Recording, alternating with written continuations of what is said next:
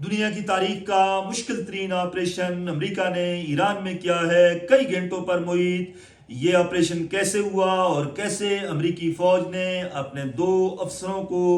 Rescue کیا ایران کے اندر سے، ایران کی سرزمین سے، یہ تمام تر تفصیلات لے کر ہم آپ کی خدمت میں حاضر ہوئے ہیں۔ ناظرین، اگر ابھینندن کا طیارہ پاکستان میں جب تباہ ہوا تھا تو اس کو پاکستان کی فوج گرفتار نہ کرتی اور انڈین آرمی اسے یہاں سے آ کر ریسکیو کر لیتی تو کیسے لمحات ہوتے، انتہائی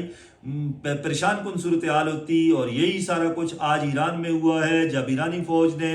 امریکہ کا جدید ترین طیارہ گرایا تو اس میں 2 افسر سوار تھے، ایک پائلٹ تھا اور دوسرا ویپن افسر تھا، کرنل لیول کا یہ افسر تھا، اور دونوں جب ایران میں آ کر گرے، طیارہ تباہ ہوا، تو اس کے بعد ایران کی حکومت نے یہ اعلان کیا کہ ان کو جو تلاش کرے گا اس کو $66,000 کی رقم انعام دی جائے گی۔ اور اس کے ساتھ ساتھ ایرانی قوم، ایران کے لوگ، ایران کے عوام، ایران کی سیکیورٹی فورسز، ایران کی فوج، پاسداران انقلاب، جتنے بھی ایران کے لوگ تھے، جتنے بھی اس کی آرمی یا مختلف جو سیکیورٹی کے ادارے تھے، وہ اس تلاش میں لگ گئے اور اس پہاڑی کی جانب، اس مقام کی جانب چلے گئے جہاں پر طیارہ گرا تھا۔ قرب و جوار میں یہ ساری صورتحال پیدا ہوئی اور لوگ ان پائلٹس کو اور اس افسر کو ڈھونڈنے کے لیے انہوں نے تلاش شروع کر دی۔ اور اسی دوران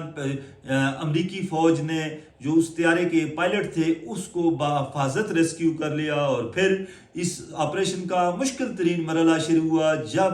ویپن افسر کو ریسکیو کرنے کے لیے آپریشن کیا گیا۔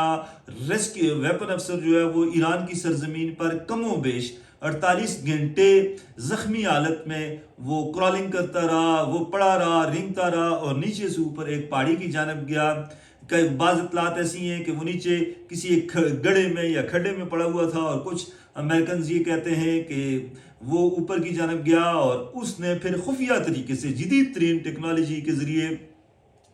امریکہ سے یا CIA سے کہا یہ جا رہا ہے کہ CIA بھی فوری طور پر متحرک ہوئی، اور پائلٹ کو جیسے ہی ریسکیو کیا گیا تو انہوں نے ایران میں یہ خبر پھیلا دی کہ ہم نے اپنے ویپن افسر کو بھی ریسکیو کر لیا ہے اور تھوڑی دیر بعد ہم اس کو لے کر نکل جائیں گے، تاکہ ایران کے لوگ یا ایران کی فوج اس جگہ پہنچ کر ان کو تلاش نہ کر سکے۔ اور اسی دوران مختلف جھڑپیں بھی ہوئی ہیں ایرانی فوج کے ساتھ، ایران کے لوگوں کے ساتھ امریکنز کی، اور کئی لوگ جو ہیں اس میں جان کی بازی بھی ہار گئے ہیں۔ اسی دوران جب ان کا رابطہ ہوا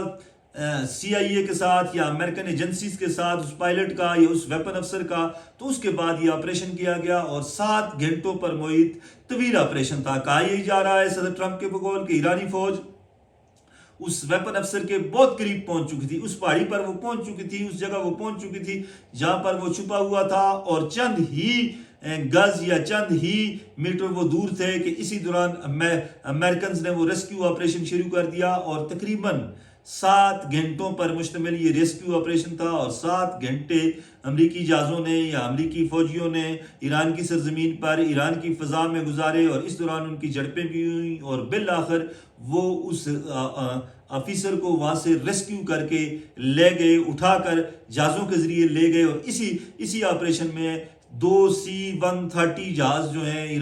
امریکہ کے وہ بھی تباہ ہوئے، 2 ہیلی کاپٹر بھی تباہ ہوئے، اور بھی بہت سا نقصان ہوا۔ یہ کہ تصدیق کر رہے ہیں امریکنز، ایران بھی یہ کہہ رہا ہے کہ ہم نے کافی ان کے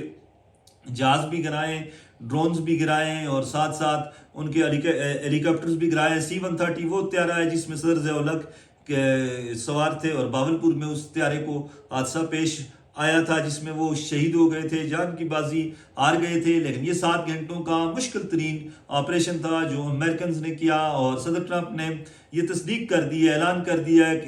ہے کہ ویپن افسر بھی بحفاظت امریکہ پہنچ آئے ہیں۔ اور کل بروز پیر انہوں نے اعلان کیا ہے کہ وہ ان دونوں افسروں کے ساتھ ایک پریس کانفرنس کریں گے اور مکمل ڈیٹیل اس آپریشن کی بتائیں گے۔ لیکن کہا یہی جا رہا ہے کہ